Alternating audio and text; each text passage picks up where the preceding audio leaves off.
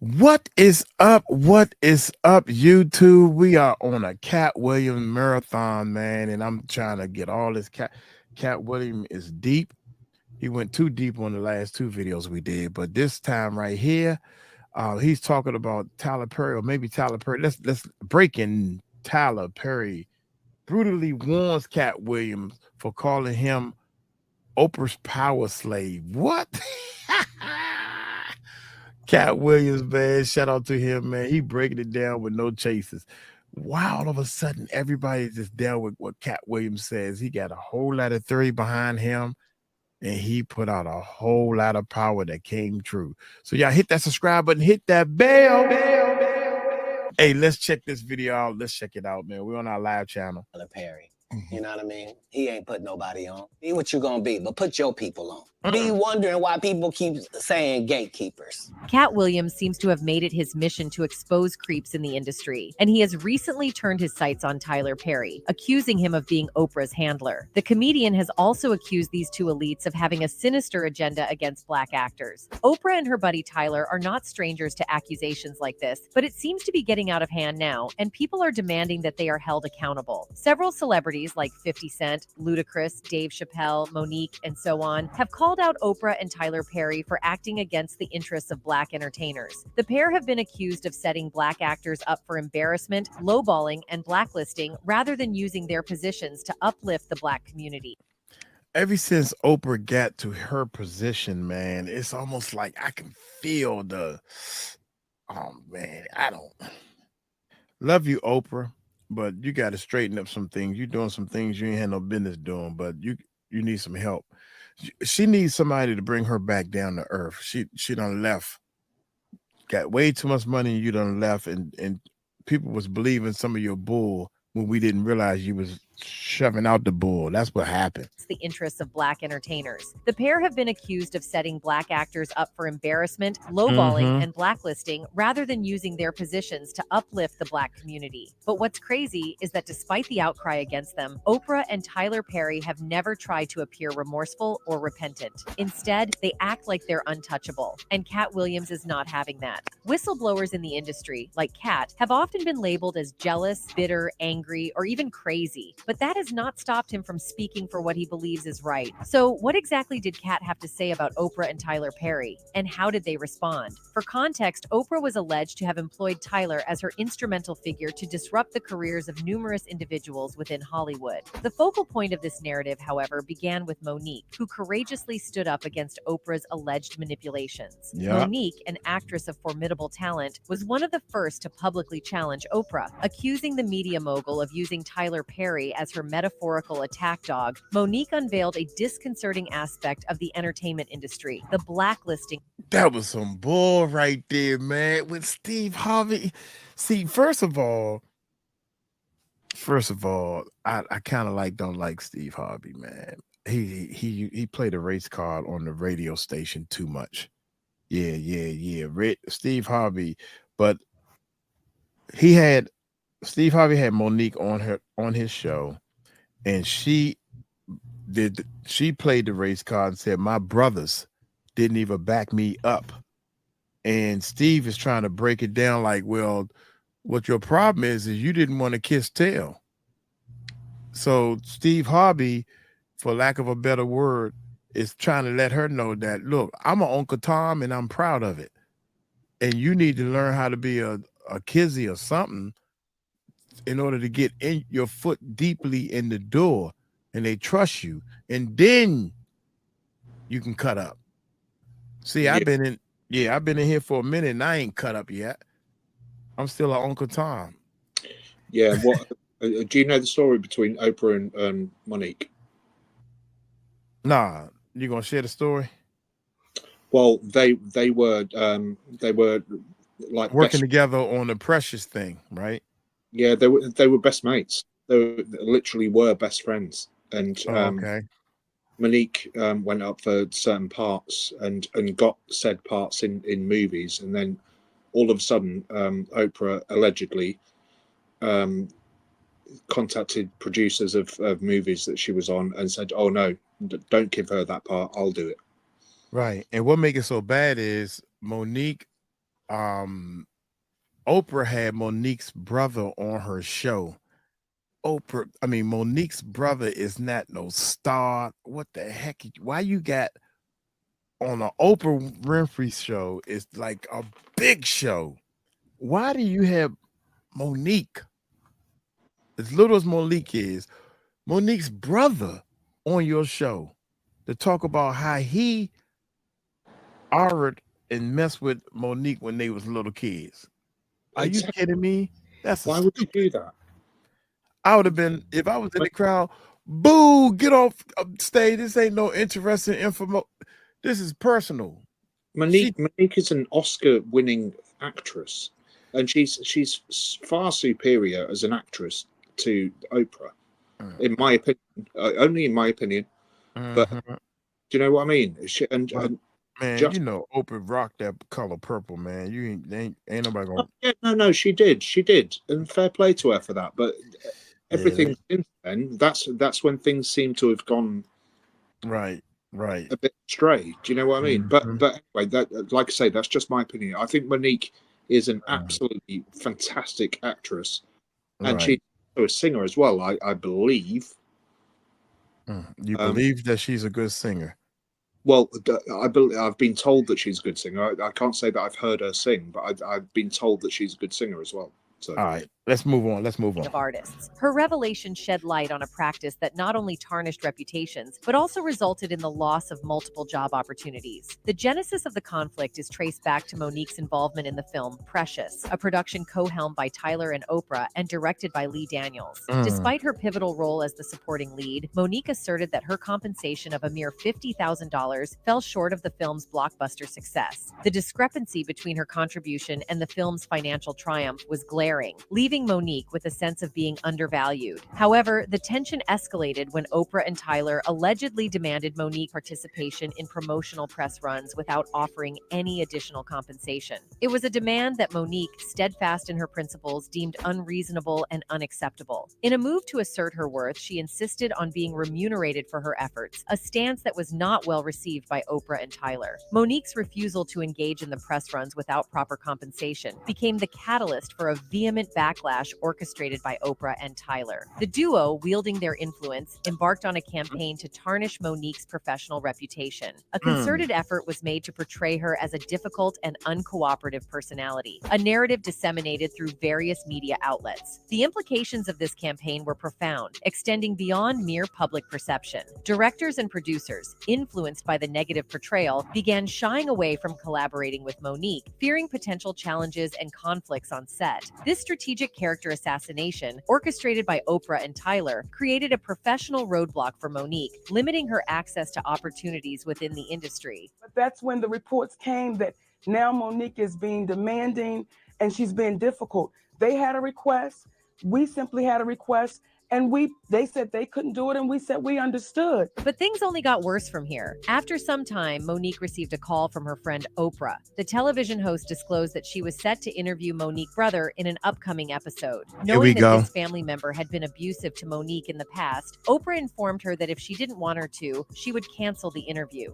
Why are you interviewing him in the first place? Understanding that it was an interview with just the brother, Monique gave her blessing for the filming to proceed. However, what she saw in the coming weeks was unexpected. Commercials began airing that featured not only her abusive brother, but also her parents. With a tumultuous past and personal things in her adult life that Monique worked hard to sort out and overcome, adding additional baggage to what she was already dealing with was overwhelming. Monique had agreed to the interview with her brother taking place, but the abusive history was even more intense with her mother. Had Monique known that her parents would be included in the broadcast, she would have requested that Oprah cancel the interview. However, she was not given that information. That made Monique angry because she felt Oprah had gone behind her back and booked her mother too, knowing that the two had not spoken to each other in quite some time. Because of their appearance on the Oprah show, Monique blames Oprah, at least in part, for causing even more damage to her relationship with her family. After the show aired, Oprah called Monique to talk about it. While she told Oprah that she never would have approved of her mother being on the show, she did admit that she had a lot more to say about how that episode and the way it was handled. That's another person, man. When I first met Ellen, Oprah called Monique to talk about it. While she told Oprah that she never would have approved of her mother being on the show, she did admit. when I first met Ellen or heard of Ellen and started watching her show, I was like, poor thing. I hope her show. I didn't like her, period. But that's wrong for me because I'm a Christian. I try to see good in people.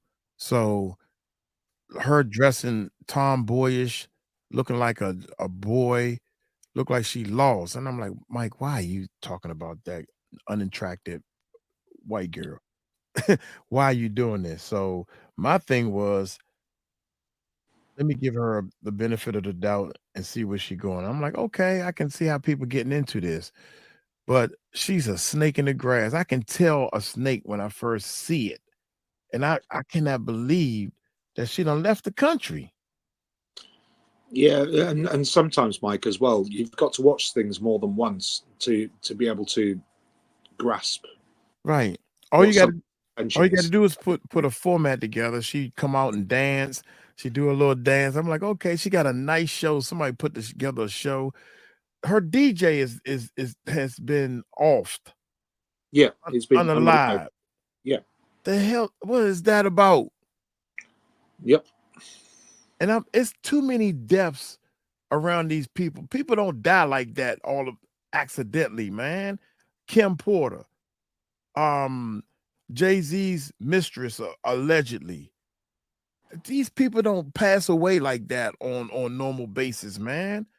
Everybody know that something happened to somebody. My bad. I'm actually twisting it right in front of y'all face. More damage to her Here we go, relationship y'all. with her family. After the show aired, Oprah called Monique to talk about it. While she told Oprah that she never would have approved of her mother being on the show, she did admit that she had a lot more to say about how that episode and the way it was handled made her feel. In another conversation, Monique claimed that Oprah told her she didn't know the parents were going to accompany her brother on the show and that she'd look into it and call her back. She never called her back. Fast forward to Lupita Nyong'o's Oscar party, which happened to be the next time Monique was face-to-face with Oprah. When it was Monique's turn to speak, as each of them gave Lupita advice during the party, she instead turned to Oprah and let loose. In front of everyone in the room, Monique told that's Oprah, not the right way. "Sister, you and I have to have a conversation." That's not the right way. Monique unloaded, telling Oprah that she felt betrayed by her friend and that she was angry that Oprah would have her mother on the show without her approval. Oprah apologized, telling Monique, "If you think I did something to offend you, I want to apologize." In any case, Monique is not the only person who feels this way.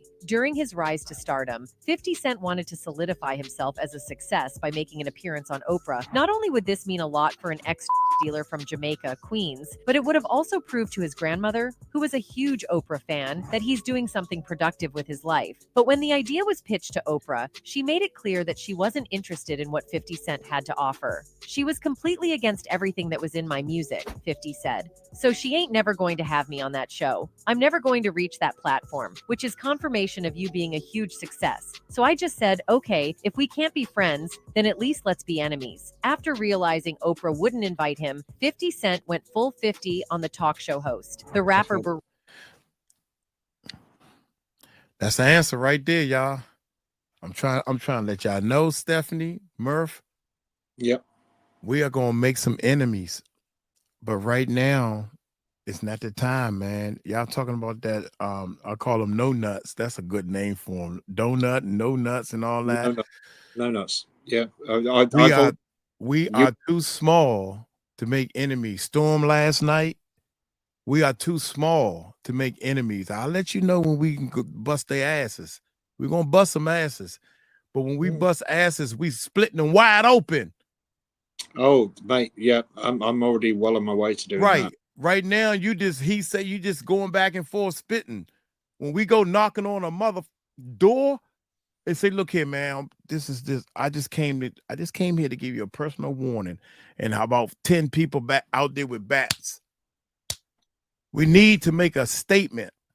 Yep. Like Malcolm X, when you see the movie Malcolm X, when them people didn't like what they did, he said, "Yeah, y'all just talk, but this guy got beat up, and y'all just the brotherhood. What y'all gonna do?" And they went out there to that police, and Malcolm X demanded to see that guy and get him some help. And he said, "Look out the window," and you saw hundreds of people from the nation of Israel. That's how you fight. Yeah. Me and Steph spoke about this earlier on. Right. That is how you fight people. When they say, I have no way of winning. Rated her. And that's what 50 Cent did. Said, okay, if we can't be friends, then at least let's be enemies. After realizing Oprah wouldn't invite him, 50 Cent went full 50 on the talk show host. The rapper berated her fan base and even named one of his dogs. Now, around the same time, Oprah was also called out by Ludacris, who accused her of throwing him under the bus when he appeared on her show to promote his new movie Crash, alongside his other cast members. During this interview, Oprah barely asked him any questions about the movie, and she kept pressing him about using the N-word in his music. Basically, she said something about not agreeing with my music, but she thought I did great in the movie. And of course, I was up there with the whole cast of Crash. And so I didn't necessarily feel like that needed to be said. You know, you didn't agree with my music. And even if you don't agree. As if that wasn't enough, Oprah then proceeded to edit out Ludacris's response. Because she is, I don't agree with your music. Why? Okay, that's what Luda is saying. If you agree or you don't agree, why bring that up? We're talking about Crash, not my music. We're talking about acting. We're talking about saving the kids. Who cares what the man say about Sean Otwood and if he did this, that, and the third? What the hell? It's not. It's a time and place for stuff. As a professional, we are professionals over here. We learning this thing. We learning all this stuff, man. Obama does the same thing. Oprah does the same thing. But guess who didn't? What's her name? Monique. This lady, that little girl getting an award, Monique giving her an award and all that. So now I'm on the mic. Now I'm gonna sit here and talk to Oprah. What? It's a time and place for everything. It's a time and place for everything. Time. It's got to be timing. Right now, we ain't got enough money to make any noise. That's facts. In order to make him look like a fool on live television. Now, Dave Chappelle is another celebrity who has called out these elites. Chappelle appeared on Oprah's show after his highly publicized fallout with Comedy Central. Dave talked about why he walked away from a $50 million deal and ran all the way to South Africa to escape the Hollywood elite without telling his wife and kids. In the interview, Chappelle spilled the tea on the dark underbelly of the entertainment industry. The conversation took a wicked turn as Chappelle insinuated the existence of elusive elites who mercilessly attack and discredit artists. With a touch of drama, Chappelle exposed the haunting truth of his journey through showbiz. They're trying to the whole time, they're trying to convince me I'm insane. They were trying to get me to take psychotic medication. These shocking revelations sent shockwaves through the industry, exposing the cutthroat nature of the business and the lengths some powerful figures will go to maintain their grip on the entertainment world. Chappelle went on to add that these industry elites tried to medicate him in order to be able to control him. But the people that were telling me I was insane, I believe that they knew what was going on. This was troublesome. So I'm not taking this medicine, man, because I know these people be trying to control you or maybe discredit you. I was afraid, he said. The comedian then went on to reveal the pressures he faced, saying, but it's very stressful for someone to constantly walk behind you and say. As the interview unfolded, Chappelle dropped bombshell after bombshell, exposing the dirty secrets of fame. He shared shocking details of how these elites tried to discredit Mariah Carey after she signed a huge contract. I mean, you see before, look, Mariah Carey made a $100 million deal, and 3 months later, she's all of a sudden mysteriously crazy. In addition to this, Dave dropped a significant bombshell as he recounted an unsettling incident during the shooting of a movie with Martin Lawrence. He revealed that he was coerced into wearing a dress, a situation that left him questioning the industry's tendency to dress every Black man in a dress at some point in their career. This experience led him to connect the dots and question why such a practice existed. During the movie shoot with Martin Lawrence, Dave entered the trailer only to discover a dress inside. Perplexed, he questioned the writer about it, expressing his discomfort with the idea. He refused to wear the dress, arguing that it should have been a topic for discussion.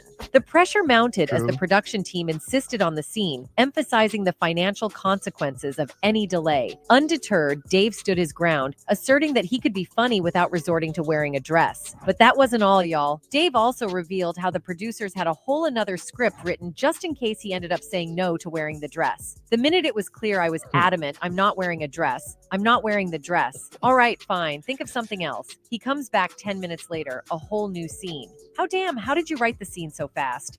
Damn. Yeah, I remember him saying that. Yeah, the back because they knew he wasn't gonna play that mess. Put on a dress. He might say no. Let's get a backup because we're on a time clock, man.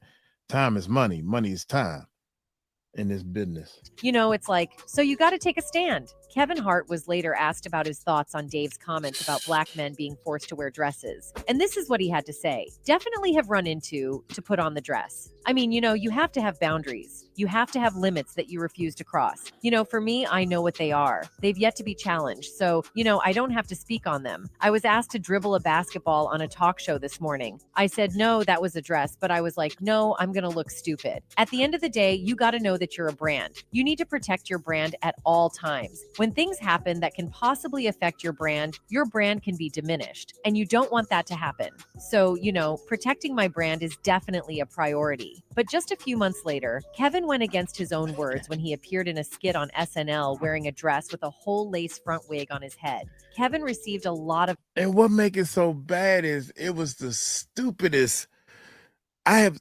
Dude, I have laughed very hard at one of Katt Williams' dumb jokes, like when he get on the stool and he swing his legs and he said, "I can't be a rapper. I can't be a gangster. Look at this. Ain't nobody ain't gonna take me serious like this." That's a small baby joke, from Kevin Hart, but it's funny. But when he came out there with that blue dress and that thing burly, it's like at the last minute say, "Okay, I'm gonna go ahead and do it. I signed the contract and let y'all know that I'm in the elite club." And I don't trust that Rock dude that he always around too.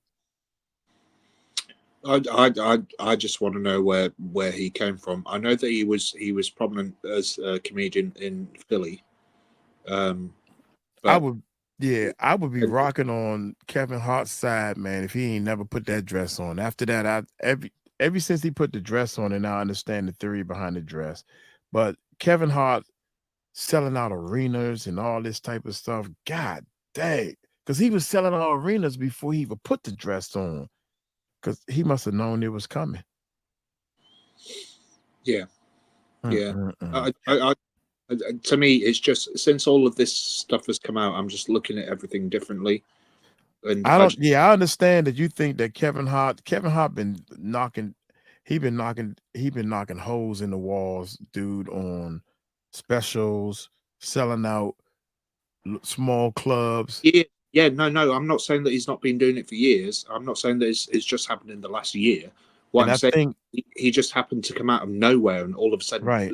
Had these specials and movies, and also I think that he took a real big jump and did that movie Airplane, and it took him years and years to recoup a lot of money back from that movie. That's what I think. The movie kind of flopped. Don't get me wrong, all the brothers and sisters worldwide went to go see the movie. The movie was kind of corny. Snoop was in the movie. He probably paid Snoop a lot of money. But for some reason, Kevin kind of died down, like, well, let me like Eddie Murphy, Dolomite. Man, he put this movie out and he had to wait to recoup this money. So he had to go back and start doing stand-up. Kevin Hart had to do a lot of stand-up to recoup. He dropped a lot of money into that movie, man. That's what I think. And I think that it took him a little while longer than what he thought. Another 2 or 3 more years to recoup this money from that movie Airplane.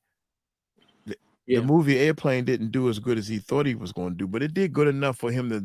Now I'm labeled as a successful movie, but man, all these movies that he's doing and everything else that he's doing, my heart goes to him because that could have been his story on the grind.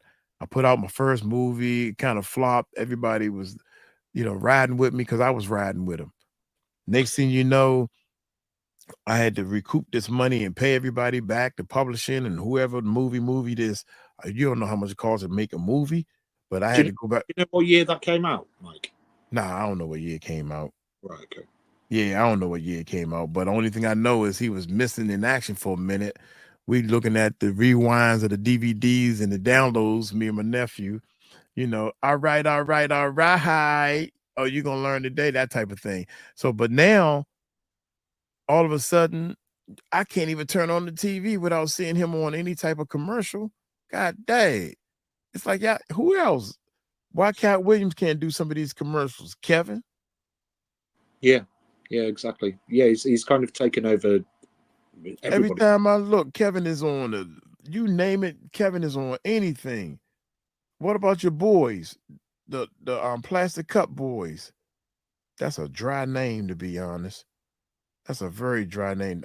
We the Plastic Cup Boys. I know one thing. If I was one of your boys, I'm gone, cuz I can't be. I'm gonna take the Katt Williams route, LL Cool J route, 50 Cent route. I can't be called no plastic cup. Anyway, let's rock. A backlash for this, with some people accusing him of selling his soul and others calling him a hypocrite. He ended up addressing this backlash in a lengthy tweet by saying, "I wore a dress on SNL because I thought it was funny. I made that decision. Nobody made it for me." That's bull. That's the part that kills me. That's bull. Because it wasn't funny. Come on, Kevin Hart. You know when something funny, that's bullshit. That shit was nowhere near funny. At all. Everybody looking like everybody was shocked that you was in the dress. Because you said you wouldn't put on no dress. Katt Williams, David Chappelle, and Kevin Hart. We was right here with you, man. And we was like, well, maybe that's a clone. Or maybe how you gonna flip this? We waiting for the joke. No the joke that was there was him in a dress. I want to see that Saturday Night Live from beginning to end because it was nowhere near funny. It was shocking. It was disgusting. It was not funny, Kevin, and you know funny. Pulling wolves over our eyes. You know that shit wasn't funny. You know damn well it wasn't funny. You know funny when you see it. Got us all laughing about your father coming in the spelling bee in sweatshorts. All right. You know funny. And you know that wasn't funny. Pissed me off lying to me.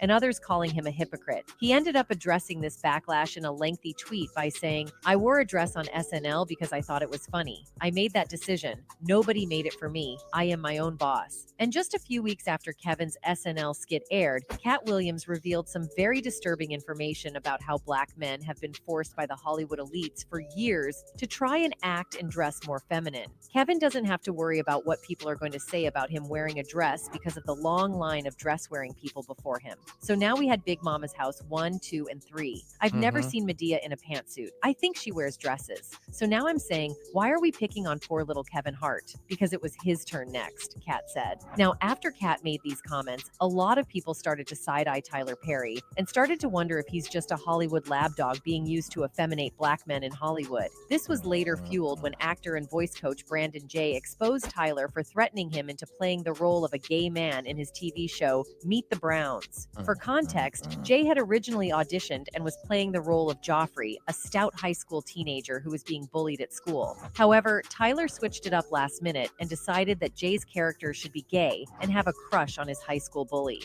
According to Jay, a day on Perry's show set was more drastic than the typical one-episode shoot. The actor said episodes were usually shot in 1 week. However, at Tyler Perry Studios, they were shot in 1 day. "I took 2 to 3 days to learn the entire script," Jay recounted. Then on the day of filming the Alfonso Ribeiro-directed episode, Perry walked in and everything changed, Jay claimed. "So we literally ran the entire episode for him, and he hated it," Jay said. The actor realized Perry's dislike for the original script would result in everyone being forced to learn new lines of the honcho's choosing. Mr. Perry on the spot started rewriting the entire script, Jay claimed, while feeding the young actor the lines he had to perfect right there on the spot. Jay claimed the director urged him to learn the new impromptu lines, or else he would be fired. While rising to the occasion to learn the new lines, Jay claimed Perry decided that his character would be gay and have a crush on his high school bully. The drastic plot change wasn't what Jay had originally auditioned for. "I want Jeffrey to be gay and he has a crush on his bully,"